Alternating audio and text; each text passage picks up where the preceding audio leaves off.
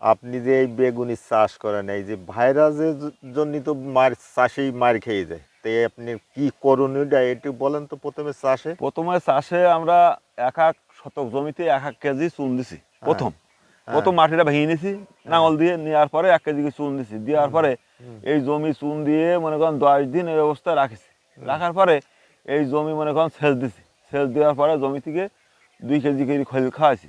হুম, 1 KG করে TSP, 1 KG করে potash দিয়ে জমি আবার চষেছি। হুম, চষার পরে লাস্ট চাষের দিনকে যাই আপনার বিঘাতে দিছি এলো যে আমার এটা এলো যে 20 শতক জমিতে 500 গ্রাম রিডোমিল, আর বরুণ দিছি মনে করেন 500 গ্রাম, হুম, আর একদম শেষ চাষের দিনকে 2 কেজি দস্তা দিয়ে এই জমি চাষ করা ছিল। আরেকটা কারণ হলো এই, আমাদের এলাকায় এর আগে কোনোদিন মোজাইক ভাইরাস ছিল না, কিন্তু এই বর্তমান সময়ে এসে এবছর কিছু গাছে মোজাইক ধরছিল, কিন্তু ধরেনি এই কথা আমি বলবো না।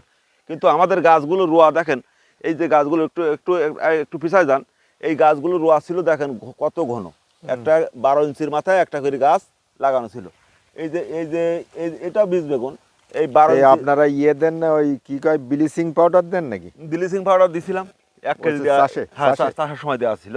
ওই কিন্তু চুনটা প্রথমে দিয়ে চাষ করি তাই পানি দিয়ে দেন হ্যাঁ, নাকি? প্রথম পানি দিছি, পানি দেওয়ার পরে জমি 10 দিন মতন ফেলানি ছিল। ফেলানি থাকার পরে এই জমিতে আবার নতুন করে সার মাটি দিয়ে গোবর সারটা দিয়ে একবারে জমি চাষ তৈরি করে নিয়ে তারপর চারা রোপণ করা। ও, তারপরে মূলত খেয়াল রাখতে হবে যেন সাদা মাছি না আসে। আমার জমি দেখেন আজকের আচ্ছা, এই সাদা মাছির 7 মাস, আমি বলি শোনেন, এই 7 মাস এই জমির থেকে বেগুন তোলার চলতেছে, কিন্তু এখনো পর্যন্ত দেখেন আমাদের গাছে সাদা মাছি দেখেন, এরকম অন্য জায়গার গাছ উঁচু করবেন দেখবেন সব সাদা মাছি, সব সাদা মাছি, সাদা কিন্তু মাছি আমাদের বিশাল। সাদা মাছি থাকে না। এই কারণেই আমরা এই জমিতে প্রত্যেক 10 দিন অন্তর অন্তর এই সাদা মাছির জন্য একটা ট্রিটমেন্ট দিই। কি ট্রিটমেন্ট? এতে আমরা দিই টিটো, ভার্টিমেক, পেগাসাস, উলালা। এটা প্রত্যেক 10 দিন অন্তর একবার করে একটা ডোজ হয়। এই ডোজ করলে সাদামাছি একদম যে নিরাময় হবে, এটা নিরাময় হবে না, কিন্তু দেখা যাচ্ছে দমন স্বাভাবিক থাকবে। স্বাভাবিক পর্যায়ে থাকে, সেটাই আমাদের বেগুন গাছে ক্ষতি করতে পারে না। আর একটা কথা হলো এই, চারা রোপণের পরে যদি এই সাদামাছিকে নিয়ন্ত্রণ না করা যায়, এই ভাইরাসটা কিন্তু দ্রুত ছড়ায় পড়বে। আর এই ভাইরাস ছড়ায় পড়লে এর কোনো ওষুধ, কোনো কোম্পানির ওষুধ তৈরি করতে পারেনি যে এই ভাইরাস ঠেকায় দেবে। একমাত্র এর হলো সাদামাছি নিয়ন্ত্রণ থাকলে এই ভাইরাসটা কম থাকবে। একদম থাকবে না কথা বলা যাবে না, কিন্তু কম থাকবে। তা আপনারা ওই যে চারা যেদিনকে রোবেন, আচ্ছা কি আপনি ওই বিজই দিয়ে রুই ফেলেন নাকি? আমাদের এই চারা মূলত আমরা দেখি যে আবহাওয়া আজকে বর্ষা হয়ে গেছে, হুম। এই বর্ষা হয়ে যাওয়ার পরে মনে বৈ- করেন আমি জমিতে চলতে পারতেছি। বৈশাখ মাসে তার বর্ষা হয় না। বৈশাখ মাসের শেষের দিকে বর্ষা হয়, না হলে জমি সেচ দিইনি, আগে সেচ দিইনি, নিয়ে এই চারা আমরা বাহাই দিই। তো ওই আপনার আছে বাসুই দেন নাকি? হ্যাঁ হ্যাঁ, না আমরা প্রথমে মনে করেন এই সেচ দিয়ে দেন? জমি জমি প্রথমে আমরা হলো যে এই যখন রোপণ করেছি তখন হালকা করে আপনার ইয়ে করা ছিল, পয়েন্ট তৈরি করা ছিল, হ্যাঁ। মনে করেন বেড তৈরি করা ছিল। এরকম বেড হ্যাঁ, করা বেড ছিল। তৈরি করা ছিল। এই বেড করে বেড তৈরি পানি। করার পরে তারপরে মনে করেন আমরা যদি পানি যদি জমিতে মনে করেন সবচেয়ে ভালো হয় 2 দিন যাবত যদি আমরা বদনার নল দিয়ে চারাতে জল দিতে পারি বিকালবেলা রুইয়ে, তাহলে ওই চারাটা হাসে কম। আর যদি ডাইরেক্ট সেচ দেওয়া হয় ওই চারাটাও অনেক দিন যাবত দুর্বল থাকে। আর যদি বদনা নল দিয়ে জলটা দেওয়া যায় তাহলে মাটিটা গন মতন এই যে থাকে, দ্রুত আপনার শিকড় আসে। এটা হচ্ছে কি চাষের আগে আছে, এই পুতার আগে এই বেড করি। হ্যাঁ, বেড হালকা করে বেড করা আছে, হালকা মানে এত বেশি না। এর ভিতরে পানি দিলি এবার অতিকালে অতি রুই আমি দিলেন।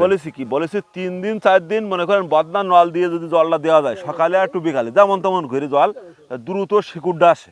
আর যদি ডাইরেক্ট সেচ দেওয়া হয় ওই গাছটা দুর্বল থাকে, শিকড় দিতে দেরি হয়। এই মাটি হলো নরম থাকে। হ্যাঁ, এই জন্য মনে করেন আমরা প্রথমে চা রুইয়ে 2-3 দিন হলে দিয়ে বদনা নল করে জল দিয়ে দিই। তা আপনাদের এলাকায় কি অবস্থা? আপনি তো আইসেন এই চাষ দেখতে, তা আপনার আর কি এবছর বেগুন ছিল? না, আমার বেগুন করিনি। আমি বেগুন করতাম আপনার হচ্ছে 2015 সালে, 2015-16 এই করার পরে তারপরে ওই ভাইরাস লেগে খেয়ে যায়, তারপর আর লাগাইনি। মেন সমস্যা হচ্ছে আর একটা ভাইরাসটা রোগ, তো আর একটা রোগ কি জানেন? এটা ধরেন গাছ আছে, শুকায় যাচ্ছে, শুকায় গাছ যাচ্ছে। আছে আউরি শুকাই শুকায় নিজে নিজে শুকায় যাচ্ছে, শুকাই যাচ্ছে। ওরও ট্রিটমেন্ট আছে, ওরও এখন ট্রিটমেন্ট ধরেন আছে সেই মনে করেন। জমিতে ধরেন আজকে ধরেন 5-7 বছর আর ওই জমিতে বেগুন ছোয়ায়নি।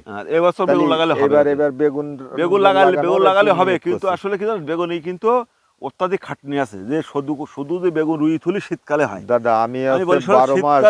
শীতকালে বেগুনটা হয় কিভাবে, শীতের সময় পোকের আক্রমণের হার কম থাকে, কিন্তু গ্রীষ্মকালীন সময় বেগুনি প্রত্যেক দিনই কিন্তু স্প্রে দেওয়া লাগে। যে আমি আজকে এন্ডি দিলাম, আমি আর কালকে দেবো না, এই মন মানসিকতা না থাকলে বেগুন ওটা লাগানোর দরকার নেই। ওটা ওটা ওটা হবে না। আমিও একটা কৃষক মানুষ, আমি আপনার হচ্ছে যেভাবে চাষবাস করি বুঝলেন, হুম। আমার একটু ওই চায়না থ্রি লেবু আছে, আহ, এই আপনার আছে 14-15 শতক জমিতে লাগানো আছে, তা বছরে আমি 1-1.5 লাখ টাকা বেচা কিনা করি। হ্যাঁ ওর ফসল শোনা নাই বলি, হুম। জমি বেশি লাগে না যদি প্রযুক্তি ফসল ভালো যদি থাকে, আল্লাহ যদি তাকে ভালো প্রযুক্তি থাকে ভালো তো- থাকে, ট্রিটমেন্ট ভালো থাকে, সেক্ষেত্রে কিন্তু জমি যে আমার 5 বিঘি চাষ করতে হবে এমন কোনো কথা না। এখন আমার এই বেগুন আমি আপনার কাছ থেকে আমি বীজ দেবেন কি চারা দেবেন, আপনার কাছ থেকে আমি ওয়াদা করে নিয়ে যাবো, ওয়াদা বন্ধ করাই দিয়ে যাবো। বীজ নিলে আপনার খরচ কম হবে, আমি যেটা সঠিক হ্যাঁ। কৃষকের একটা ভালো পরামর্শ হলো, কাজ হলো এই, আমার এখান থেকে চারাটা নিয়ে আপনার রুটি গেলে দেখা আছে 5 ঘন্টা 4 ঘন্টা দেরি হবে, সেই দেরি হলেই আমরা চারা ফেলি মাটিতে, আমরা কোকোপিটি চারা দেয়নি, কারণ কেন দেয়নি, আমাদের মূলত তো ব্যবসা না যে আমাদের কোকোপিটি চারা দিয়ে না, বাইরে বিক্রি করতে কোকোপিটিও হবে। আমিও বুঝবো না, আমরা আমিও করবো বুঝি না। না, আমরা মাটিতে চারা ফেলি, আপনি হয়তো দেখা আছে 10 কাঠা জমি লাগান, তা আপনার দেখা আছে 30 গ্রাম কি 40 গ্রাম বীজ নিয়ে আপনি নিজে হাতে করে চারাটা তৈরি করিয়ে রুটি বাড়লে কি হয়, একটা চারার দাম মনে করেন ওই সময় 3 টাকা বিক্রি হয়, আর আপনি যদি বীজ নিয়ে নিজে চারা তৈরি করেন, একটা চারা আপনার 60 পয়সা 70 পয়সার ভিতরে আপনার মিলিয়ে যাবে এক। দ্বিতীয় কথা হলো এই বেগুন রুটি গেলে বর্তমান সময় যে ভাইরাসের যে সমস্যার জন্য 12 ইঞ্চির মাথায় চারা রয়ে যাবেন, আর 3 হাত ফাঁকা দেবেন, 3 হাত। 3 হাত ফাঁকা 12 আর ইঞ্চির মাথায় ওর চারা রয়ে ভিতর- যাবেন। ওর ভিতরে ঝাল দেওয়া যাবে না? হ্যাঁ মরিচ? ঝাল দেওয়া যাবে, ঝাল দেওয়া যাবে, কিন্তু ঝালটা দিতে হবে এক গুণ নাবিতে। বেগুন গাছে মনে করেন বেগুন গাছের তলে ঝাল গাছ থাকুক, আমার বেগুনি কামে আগে খেয়ে নেবো, নেওয়ার পর বেগুন গাছ যখন দুর্বল হবে তখনও ঝাল গাছ নিজে নিজে বেরোই ও মাথা তৈরি হয়ে যাবে। হুম। যে জন্যে মনে করেন না ঝাল গাছ এক চান্স দিলে একটা ঝাল গাছে যখন ছায়া করে যায় বেগুন গাছের পরে, সেক্ষেত্রে কিন্তু বেগুনের ফলন কমায়। আর যখনই বেগুন গাছটা দুর্বল হওয়ার পরে ঝাল গাছটা ওঠে, তখন কিন্তু বেগুনের কোনো ক্ষতি করতে পারে না। এই হলো ইয়ে। তে চাষের আছে আপনার 30 বৈশাখের ভিতরে রোন না? 30 বৈশাখ বলে কথা না, আপনার জ্যৈষ্ঠ মাস ভর রোয়া যাবে, আষাঢ় মাসের 15 তারিখ পর্যন্ত রোয়া যাবে, কিন্তু কি যত আগাম করবেন, আমাদের মূলত আমার আমাদের ওই- টার্গেট থাকে এই যে আমরা বৃষ্টি অবস্থায় যে ফলগুলো তুলতে পারবো, এই ফলগুলো আমরা একটা আমার হচ্ছে বড় ওই- দামে বিক্রি করতে আমার পারবো। ওই জমিতে বুঝলেন, এই বীজগুলো তো সম্পূর্ণ বীজগুলো সব এই মনে করেন হাইব্রিড করে রাখা, তার মানে কীভাবে রাখা, এর প্রথমে আমরা মনে করেন যে ফুলটা আজকে ফুটবে, এই ফুলটা আমরা প্রথমে এতে এলুদেই কভার জড়াই দিছি, দেওয়ার পরে ফুল ফোটার পরে মনে করেন ফুল ফোটার পরে যেই আমরা এলুদেই ওই ইয়ে খুলি, মনে করেন ওতে ইয়ে দেওয়ার পরে তারপর তৈরি করা। আচ্ছা, আপনারা একটা বীজ থাকবে কিভাবে হাইব্রিড করেছেন বা বীজ থেকে ব্যবস্থা? এই একটা বীজ দেখেন, এই একটা বীজ এই লাল সুতো দিয়ে তৈরি করা হয়, দেখেন এই এই ওজন করতে এই বীজটা আপাতত আমার তো অনুমান হয় 1 কেজি পারে 700-800 না, গ্রাম 1 কেজি পারে যাবে। যাক এরকম ওরকমই আছে।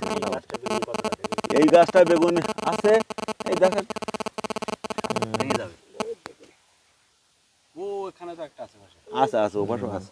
তা আপনি কিরাম বেগুন উঠাইছেন? এই যে বেগুন থেকে গেছে না না, ঠিক আছে। এটা তো বীজ না। না না বীজ না, ও দাদা সত্যি কথা বলতি, এতে যে বেগুন ছিল 21 মণ বেগুন এই জমি থেকে ভাঙা, মানে কি মনে করতেছে একদম এরা ঝুড়ি থুতিয়েছে, তার থেকে অনেক কর্মা হয়ে গেছে, দুটা বেগুন ওইটা আবার খাইয়েছে, অতিরিক্ত ধরন হলে কি হয়? আপনি এতে খাদ্য খারাপ না দেন না দাদা খাদ্য এতে আপাতত মনে করেন যখন বেগুন 2 ধরন নেওয়ার পরে এতে 4 টলি গোবর খাওয়া নেই, ওই গাছের গোয়াতে দেখেন এখনো ওই গোবরটা, কিন্তু ওই ওর সাথে খৈল দিচ্ছি, গোবরের সাথে খৈল দিয়ে গোবর দিয়ে আগে মিক্সড করি 5 দিন 6 দিন কি 10 দিন, বাড়িতে রেখে রেখে। হ্যাঁ রেখে দিই, ওই না ওইখানে রেখে দিয়েছিলাম, ওইখানে রেখে দেওয়ার পরে ওইটা ওই খৈলটা মায়ের সাথে মিশিয়ে যাওয়ার পরে ওই খৈলটা শুধুমাত্র ওপর দিয়ে গেছি, ওই সারা বছর যত জল দেবো না কেন আমার সার কম লাগবে, এই বেডের পদ্ধতি বেডের পদ্ধতি দিয়ে দিয়ে তে গাছের পরে লাগবে না, না। এর পাশ দিয়ে পাশ দিবেন। দিয়ে গেছি।